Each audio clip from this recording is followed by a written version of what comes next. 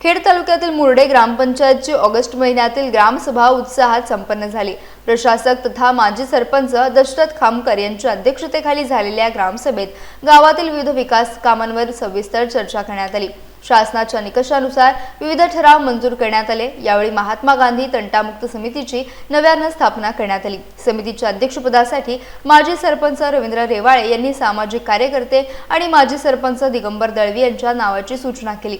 शाळा व्यवस्थापन समितीचे अध्यक्ष संजय शिवे यांनी या नावाला अनुमोदन दिले। चर्चेनंतर विद्यमान अध्यक्षांनी स्वतःहून निवड प्रक्रियेतून माघार घेतल्याने 2026-27 या कालावधीसाठी दिगंबर दळवी यांची तंटामुक्त समितीच्या अध्यक्षपदी बिनविरोध निवड करण्यात आली।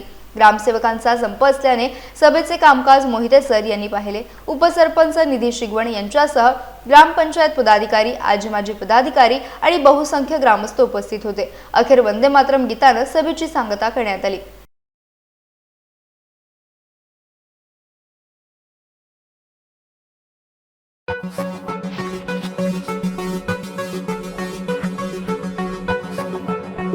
Thank you.